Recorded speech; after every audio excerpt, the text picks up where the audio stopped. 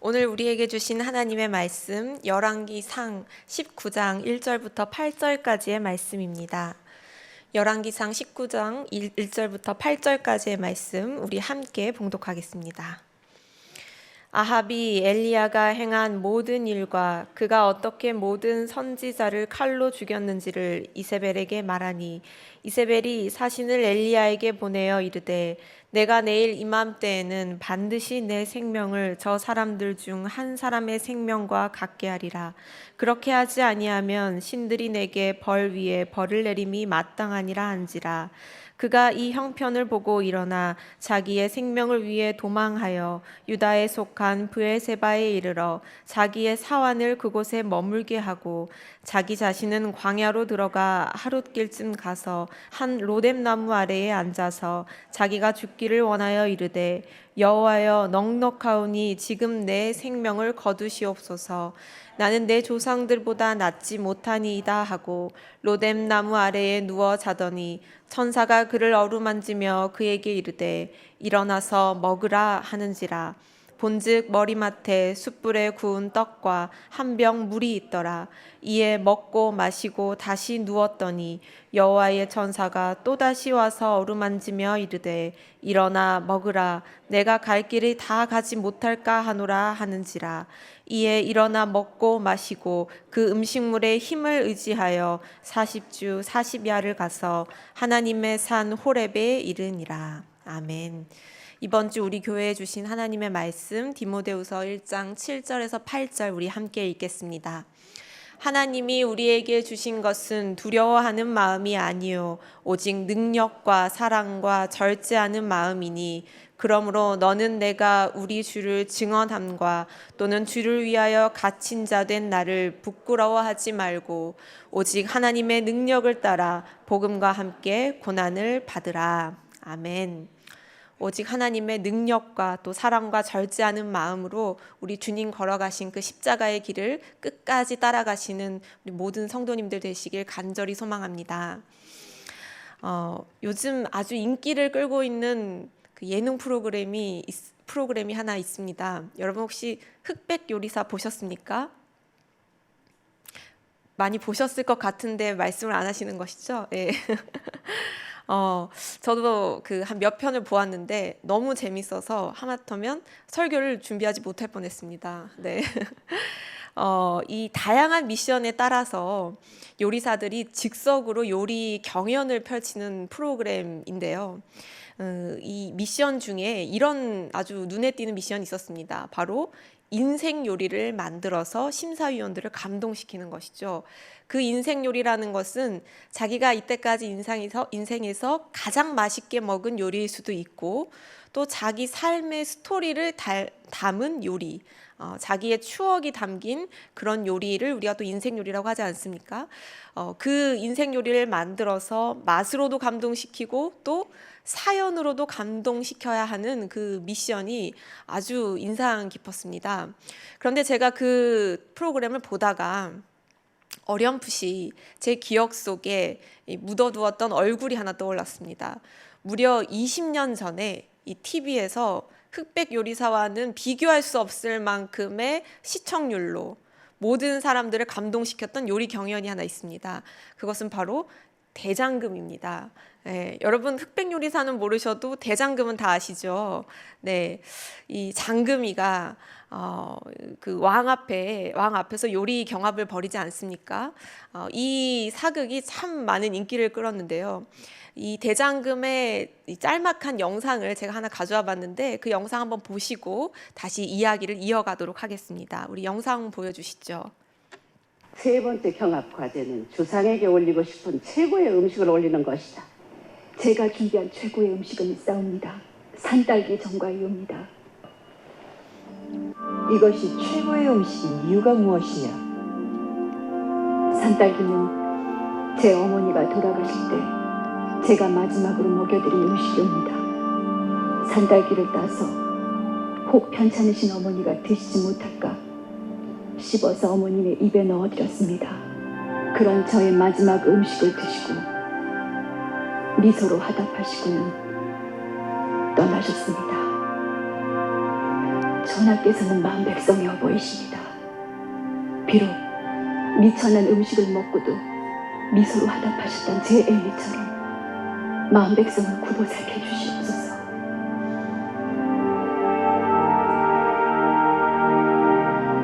홀로 남아 어찌 살아갈까 노심 조사했으나 네 애미의 마음을 잊지 않고 정상을 펼치려노라. 산딸기는 내게도 최고의 음식이다. 또한 너는 조선 최고의 수락강국녀다.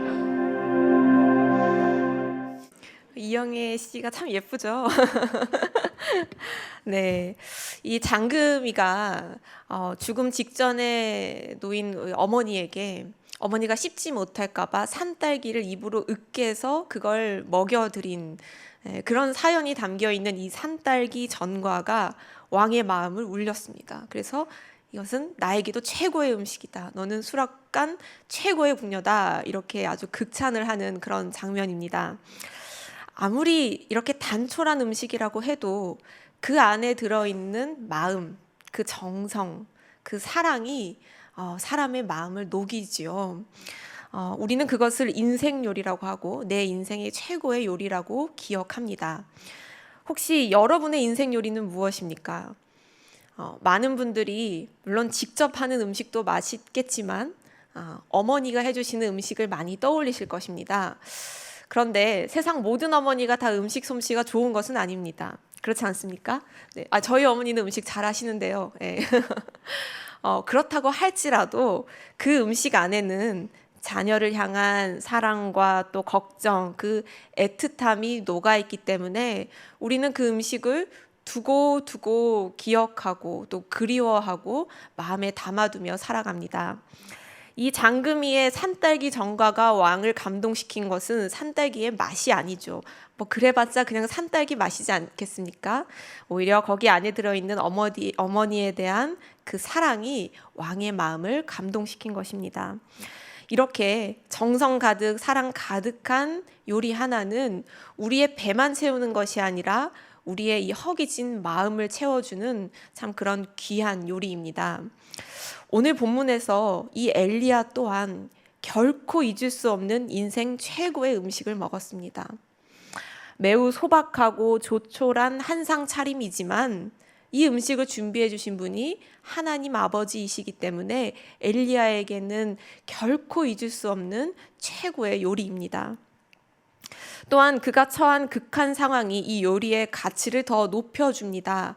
엘리야의 상황이 어떻습니까? 여러분이 잘 아시다시피 지금 엘리야는 이세벨에게 살해 협박을 당하고 있습니다. 그런데 그는 바알 선지자 450명, 아세라 선지자 400명을 갈멜산에 모아놓고 정말 하나님의 능력을 위대하게 보여준 그런 선지자입니다. 하나님께서 불을 내려주셔서 그 모든 제단을 다 살라버리시고 또 엘리야가 기도할 때 하나님께서 가뭄을 그치고 많은 비를 내려주셨지요. 이렇게 하나님께서 큰 능력을 엘리야를 통해 보여주셨습니다. 하지만 이걸 알고 이세벨이 엘리야를 죽이겠노라 자기가 믿는 신 앞에 맹세까지 하면서 경고할 때에 이 엘리야의 마음은 두려움에 사로잡힙니다. 그래서 이 아합 왕 앞에서는 거침없이 나서던 엘리야가 이 이세벨의 말을 듣고는 너무 무서워서 이제 도망을 치죠. 이렇게 영적인 대가가 이런 두려움에 사로잡히고 극심한 우울감에 사로잡힌다는 것이 놀랍기도 하지만 또 우리에게 한편으로는 위로가 되기도 합니다. 여러분, 우리도 그럴 때가 있습니다. 물론 엘리야만큼 믿음의 대가라고는 저는 말을 못하겠습니다. 그러나 하나님께서 함께 계신다는 것 알고 그것을 의심하지도 않습니다. 하나님이 도와주신다는 것 기억하고 있습니다. 그런데도 내 몸과 마음이 지치면 어떤 문제가 확 하고 나를 사로잡을 때가 있습니다. 두려움에 사로잡히고 걱정과 근심에 눌리고 어디론가 도망가고 싶은 그런 마음에 참 무너질 때가 있지요. 엘리야가 그랬고 또 수많은 믿음의 선조들이 이런 고비를 다 넘어가면서 그 신앙의 여정을 걸어갔습니다. 엘리야도 내가 눈 딱 감고 사라지고 싶다. 네, 그런 생각을 했던 것 같습니다. 어제의 영광, 기적의 순간들 아무리 대단하다 할지라도 그것은 이미 지나간 일입니다. 지금은 나를 잡아 죽이겠다는 그 살기 어린 이세벨의 얼굴만이 눈앞에 어른거렸습니다. 여러분, 이세벨은 정말 한다고 하면 하는 여자이지 않습니까? 왜 아합이 이세벨에게 가서 일렀겠습니까? 그녀는 이미 하나님의 선지자들을 학살한 그런 여자입니다. 악을 행함에 있어서 조금도 지체함이 없고 두려움이 없습니다. 또한 자기가 믿는 그 우상신에 대한 아주 철저한 충성심을 가진 여자입니다. 유악한 왕 아합과는 다르죠. 그렇기에 이 엘리야가 이세벨의 표적이 되었을 때 그가 도망가는 것이 그렇게 이상한 일은 아닐 것입니다. 엘리야는 이세벨로부터 멀리 도망가기 위해서 걷고 또 걸었습니다. 그런데 아마 그는 걸으면서 이런 생각을 했을 것입니다. 내가 명색이 하나님께 부름받은 선지자인데 내가 하나님과 함께 바알과 아세라의 선지자들을 모두 처단하고 또 이 가뭄을 그치고 비까지 내리게 한 그 능력을 내가 맛본 사람인데 이방 여인의 그 경고 한마디에 이렇게 내가 도망을 가다니. 엘리야는 자신의 모습이 너무나도 부끄럽지 않았을까요? 그래서 이세벨을 피해서 도망가는 길이었지만 실은 그 안에는 자기의 그런 부끄러운 모습으로부터 더 멀리 도망가고 싶었을지도 모르겠습니다. 그렇게 얼마나 걸었을까요? 이스라엘에서 남왕국 유다 그 남쪽 끝에 있는 브엘세바까지 약 160km를 걸어갑니다. 그리고 브엘세바에 자기 사환을 머물게 하고 본인 혼자서 하룻길을 더 걸어 광야로 나아갑니다. 엘리야는 왜 사환을 두고 혼자 길을 나섰을까요? 여러분, 사람은 정말 무너지면 아무도 만나기 싫습니다. 혼자만의 시간이 필요합니다. 이 절망에 빠진 모습, 이 무너진 모습을 남들에게 보여주고 싶어 하지 않죠. 그래서 정말 힘들 때는 가족들에게도, 친한 친구에게도, 지인에게도, 또 심지어 교회 안에서도 나의 이 이야기를 꺼내는 것을 굉장히 꺼려하고 자기만의 동굴로 들어갈 때가 있습니다. 그런데 이 엘리야는 단지 그런 절망감 때문에만 홀로 나선 것은 아닙니다. 그는 영적인 사람입니다. 누구보다도 자신의 이 무너진 영적인 상태를 잘 알고 있었습니다. 그래서 내가 누군가를 의지하거나 누군가의 위로를 바라기 전에 가장 먼저 하나님 앞에 나아가야 한다는 것을 누구보다도 잘 알고 있던 엘리야입니다. 그렇게 광야에서 하나님께 홀로 나아가서 마음을 쏟아냅니다. 우리 본문 4절 말씀 함께 읽어보겠습니다. 자기 자신은 광야로 들어가 하룻길쯤 가서 한 로뎀나무 아래에 앉아서 자기가 죽기를 원하여 이르되 여호와여 넉넉하오니 지금 내 생명을 거두시옵소서. 나는 내 조상들보다 낫지 못하니이다 하고. 엘리야가 이 로뎀나무 아래에서 자기의 모든 마음을 하나님 앞에 쏟아냅니다. 하나님, 저 그냥 지금 죽을게요. 이만하면 됐습니다. 넉넉합니다. 나는 내 조상들보다 나을 것이 하나 없는 그런 못난 놈입니다 하고 주님 앞에 죽기를 청합니다. 그런데 이렇게 죽고 싶다고 기도하는 사람들 중에 정말로 죽고 싶은 사람은 없겠지요. 만약에 엘리야가 죽음이 목적이라면 이세벨로부터 도망가지 않았을 것입니다. 그게 가장 죽음에 이르는 빠른 방법이겠죠. 그냥 내 생명을 거두어 가세요 라고 기도하는 것은 그만큼 죽을 만큼 엘리야가 괴롭고 힘들다. 하나님, 그러니 나 좀 살려주세요 하는 그런 기도일 것입니다. 이토록 위대한 사역을 감당하던 엘리야지만 지금 아주 극심한 우울에서 헤어나오지를 못하고 있습니다. 아무리 대단한 믿음을 가진 사람이라도 누구나 이럴 수 있습니다. 여러분이 아시다시피 모세도 이런 기도를 했습니다. 민수기 11장에서 이 출애굽한 백성들이 만나 말고는 먹을 것이 없어서 고기를 달라고 생떼를 쓸 때 이렇게 기도를 하죠. 우리 다시 한번 같이 읽어볼까요? 주께서 내게 이같이 행하실진대 구하옵나니 내게 은혜를 베푸사 즉시 나를 죽여 내가 고난 당함을 내가 보지 않게 하옵소서. 오죽 시달렸으면, 오죽 힘들었으면 이런 기도를 할까요? 엘리야보다 더 합니다. 그냥 죽여달라는 것도 아니고 즉시 나를 죽여달라고 합니다. 네. 모세의 마음이 100번 이해가 가지만, 그러나 이런 기도를 듣고 계시는 하나님의 마음은 어떨까요? 이럴 거면 나 왜 태어나게 했어요? 라는 말을 자녀들에게 들어보신 분 없기를 바랍니다. 네. 저는 그런 말을 해본 적은 없지만 그런 생각은 많이 했던 것 같습니다. 철없을 때. 그런 철없는 자식의 말은 부모의 마음을 완전히 무너뜨리죠. 마찬가지로 이런 기도는 하나님의 마음에 대못을 박는 그런 말도 안 되는 기도일 것입니다. 이 모세처럼 엘리야도 지금 자기 고통이 너무나 컸기 때문에 하나님의 마음을 헤아릴 새 없이 그냥 그런 여유 없이 하나님 앞에 자포자기하는 심정으로 기도를 올려드리고 있습니다. 그저 울부짖고 있습니다. 하지만 하나님은 그런 엘리야를 꾸짖지 않으시고 옆에 머무르십니다. 이 기도가 나오기까지 내 아들이 겪었을 슬픔과 고통, 그 고난의 시간들을 아셨기 때문에 나무라지 않습니다. 이 로뎀나무 아래 누워있는 엘리야에게 찾아가셔서 공감해 주시고 위로해 주십니다. 우리 5절 말씀 함께 읽겠습니다. 로뎀나무 아래에 누워 자더니 천사가 그를 어루만지며 그에게 이르되 일어나서 먹으라 하는지라. 하나님이 엘리야에게 천사를 보내서, 사실 이건 하나님의 손길이죠. 엘리야를 어루만지고 엘리야에게 일어나 먹으라 라고 말씀하십니다. 일어나 먹으라, 이 말을 여러분 많이 해보시지 않으셨습니까? 저는 많이 들어봤습니다. 여러분 중에 독립한 미혼 자녀들을 두신 분이 계신다면 아마 많이 공감하실 텐데요. 자녀들이 명절에 집에 오면 잠이 목적인 사람처럼, 무슨 자기 위해서 집에 온 것처럼 침대에 박혀가지고 일어날 생각을 안 하는 그런 모습을 보신 적이 있으실 줄로 압니다. 네. 도대체 왜 저렇게 맨날 자고 있을까? 그만큼 피곤해서 그런 거겠지. 얼마나 애썼으면, 혼자 어른 행세하면서 혼자 그렇게 살아내느라 얼마나 애를 썼으면 저렇게 잠만 자고 있을까 하고 안타까운 마음으로 또 선뜻 깨우지를 못하실 것입니다. 그런데 그래도 중요한 게 있죠.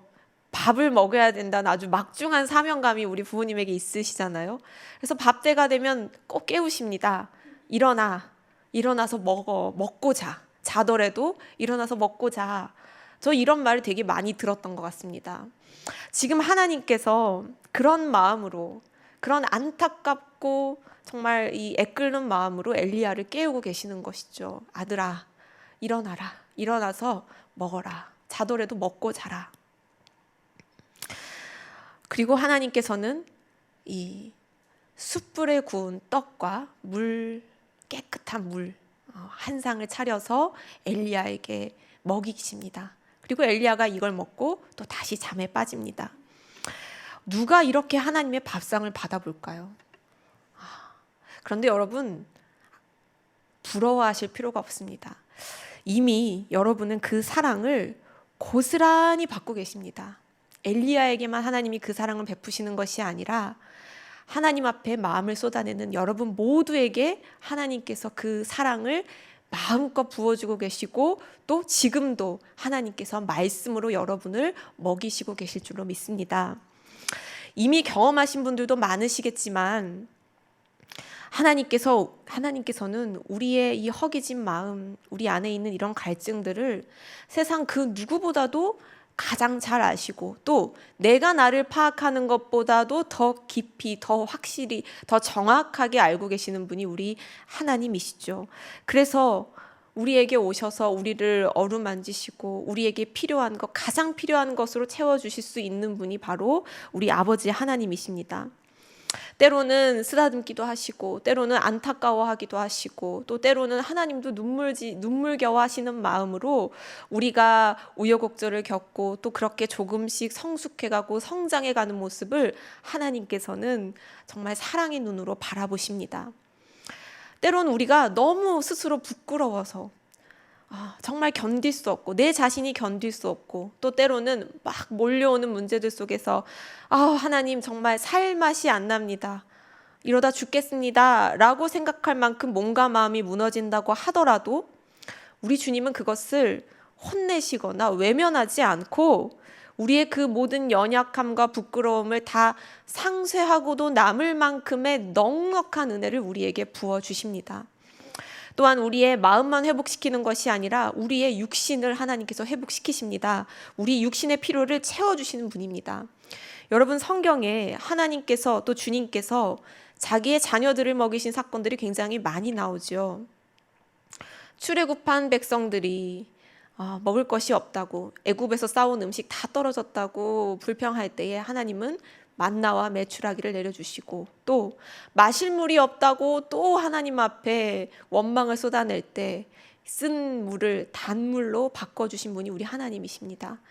또 오늘 이 본문의 주인공 엘리야는 이미 열왕기상 17장에 보시면 하나님이 아주 창의적으로 까마귀를 통해서 역사하시죠. 까마귀를 통해 떡과 고기를 물어다 주셔서 엘리야를 먹이신 적이 있습니다. 신약에서는 어떨까요? 가장 대표적으로 오병이어와 칠병이어 기적이 있죠. 수많은 사람들을 주님께서 먹이셨습니다. 또한 요한복음 2장에 가나의 혼인잔치 기적을 다 아실 것입니다. 그 혼인잔치에서 포도주가 똑 떨어졌을 때 우리 주님이 물을 포도주로 만드셔서 가장 질 좋은 맛있는 포도주를 거기에 모인 모든 사람에게 공급해 주십니다. 그리고 오늘 본문과 너무나 유사한 장면, 너무나 닮은 장면이 요한복음에 나오는데요. 요한복음 21장에 부활하신 예수님이 제자들에게 찾아가서 조반을 차려주시는 그런 장면입니다. 우리 요한복음 21장 9절 말씀과 또 12절, 13절 말씀을 함께 읽어보겠습니다. 육지에 올라보니 숯불이 있는데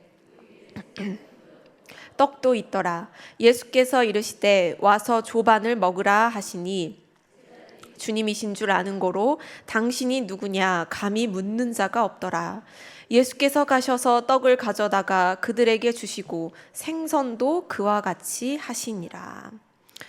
우리 예수님께서 숯불 생선구이 정식을 차려놓고 제자들을 맞이하셨습니다.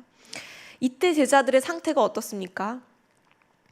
3년 동안 주님을 따라다니면서 온갖 기적을 경험했으나 그러나 예수님의 그 죽음 앞에서 완전히 무너지고 절망한 상태입니다. 또 주님을 배신했다는 그 자괴감에 몸부림치는 그러한 상황이죠. 엘리야가 자신의 무너진 마음을 보며 한탄한 것처럼 제자들도 이 자괴감과 절망에 아주 몸부림을 치고 있었을 것입니다. 하지만 우리 주님은 제자들을 탓하지 않으셨습니다. 그저 가서 밥상 차려주시고 먹으라 하셨습니다. 그들의 배고픈 그 마음 그리고 그 몸을 채워주셨습니다. 우리 주님께서 제자들에게 찾아가신 이유는 연약함을 꾸짖기 위해서 가신 것이 아니라 이들을 다시 일으키시고 회복시키셔서 네가 가야 할 길이 있다. 네가 가야 할 그 사명의 길을 나와 같이 가자 하고 하나님이 주님께서 독려하시기 위해 찾아가신 것입니다. 그 사명이란 것이 무엇입니까? 내 양을 먹이라. 내 양을 치라. 즉 제자들이 주님이 주신 음식을 맛있게 먹고 세상에 나아가서 마찬가지로 주님이 우리에게 맡겨주신 그 하나님의 자녀들을 먹이고 돌보는 일, 그 사명의 길을 제자들은 걸어가야 했습니다.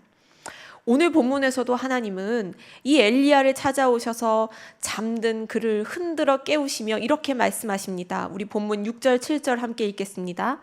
본즉 머리맡에 숯불에 구운 떡과 한 병 물이 있더라. 이에 먹고 마시고 다시 누웠더니 여호와의 천사가 또다시 와서 어루만지며 이르되 일어나 먹으라. 내가 갈 길을 다 가지 못할까 하노라 하는지라. 너무 피곤해서 먹고 다시 잠든 그 엘리야에게 다가가서 어루만지며 말씀하시죠. 일어나 먹으라. 내가 갈 길을 다 가지 못할까 하노라. 엘리야의 사명은 아직 끝나지 않았습니다. 아직 한참 더 가야 합니다. 하나님께서 그를 통해 이루실 일들이 아직 남았습니다. 그래서 하나님은 그를 깨우고 다시 일으키시고 계십니다. 여러분, 우리가 주님과 이 한 생을 살아가면서 내 믿음이 점점 깊어지고 성숙해 간다고 느낄 때도 있겠지만, 또 때로는 오히려 퇴보하는 것 같아서 스스로가 참 한심스럽고 내 믿음이 과연 내 믿음이 있다고 할 수 있나 라고 느껴질 때도 있습니다. 아무리 주님과 함께라지만 앞으로 살아갈 날들과 또 그 속에서 헤쳐나가야 할 그 모든 문제들을 생각하면 좀 아득해지기도 합니다. 젊은이는 어리기 때문에 느끼는 불안감이 있고, 또 연로하신 분들은 이 쇠약해지는 건강과 또 누적된 이 삶의 무게로 힘겨워하실 때가 있죠. 또 이렇게 근심과 염려에 빠져 있다 보면 너무 내 모습이 하나님 앞에서 부끄러워서 더 우리가 위축되기도 합니다. 그러나 여러분, 그럴지라도 그런 순간에도 하나님은 우리 곁에 계십니다. 다른 사람은 이해 못해도 하나님은 다 이해하십니다. 우리의 이 얄팍한 마음과 또 뿌리 깊은 욕심과 정말 내놓기 부끄러운 나의 믿음, 이 모든 것을 주님께서 아시고 공감해 주시고 회복시키시는 분이 바로 우리 하나님이십니다. 이런 우리를 다시 회복시키셔서 다시 손잡고 이끌어 나가시는 분, 다시 사명의 길로 같이 걷자고 독려하시는 분이 바로 우리 하나님이십니다. 오늘 본문 8절에 엘리야는 주님이 주시는 음식을 먹고 다시 힘을 내서 걸어갑니다. 우리 같이 읽어보겠습니다. 이에 일어나 먹고 마시고 그 음식물의 힘을 의지하여 40주 40야를 가서 하나님의 산 호렙에 이르니라. 하나님이 그에게 40일을 더 걸어 호렙산에 오르게 하시지요. 그리고 그곳에서 엘리야가 마지막으로 이루어야 할 사명을 알려주십니다. 아시는 바와 같이 하사엘에게 기름 부어 아람의 왕이 되게 하시고, 또 예후에게 기름 부어 북이스라엘의 왕이 되게 하시고, 마지막으로 엘리사에게 기름 부어서 엘리야의 뒤를 잇게 하시는 그 사명을 명령하십니다. 그리고 엘리야가 하나님, 선지자 다 죽고 나 혼자 남았습니다, 이렇게 하소연할 때에 아니다, 아직 바알에게 무릎 꿇지 않고 입 맞추지도 않은 7,000명을 내가 남겨두었다라고 말씀하시면서 그에게 소망을 불어넣어 주십니다. 여러분, 지금까지 걸어온 길이 엘리야 혼자의 힘으로 걸어온 것이 아닌 것처럼 하나님께서 그 모든 여정을 함께 하셨던 것처럼 마찬가지로 앞으로도 엘리야가 달려갈 길은 다 하나님의 손에 달려 있습니다. 모두 다 하나님의 계획 안에서 이루어집니다. 마찬가지로 우리의 어제와 오늘과 내일도 하나님의 손에 달려 있습니다. 이것을 믿으십니까?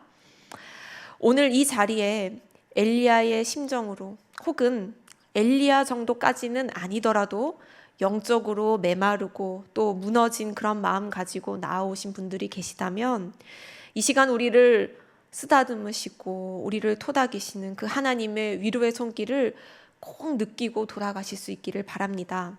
우리 주님은 자기의 몸을 다 내어주시면서까지 우리에게 영원한 생명의 떡을 먹이신 분입니다.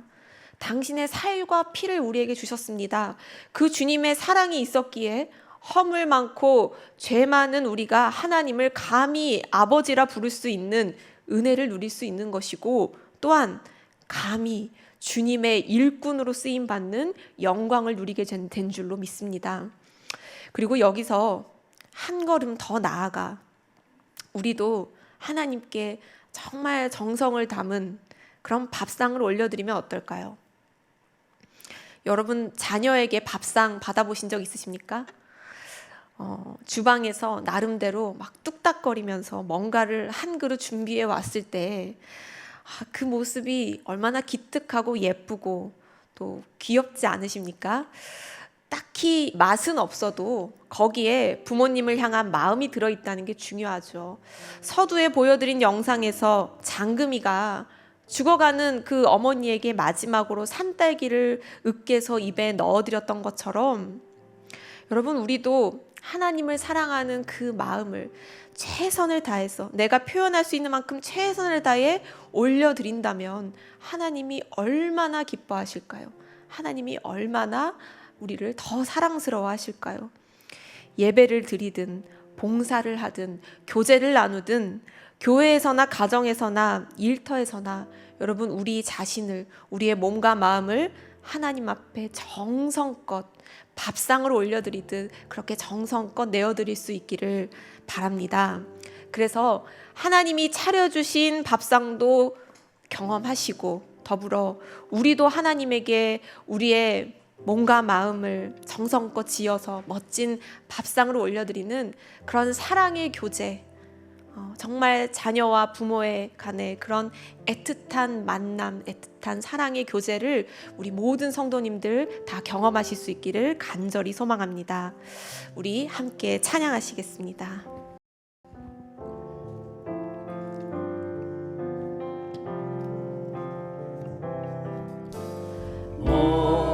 목마른 사슴 시내 물을 찾아 헤매이듯이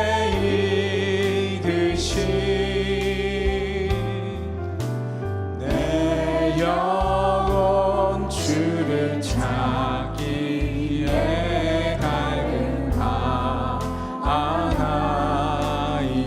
다시 한번 목마른 사슴, 목마른 사슴 시내 물을 찾아 헤매이듯이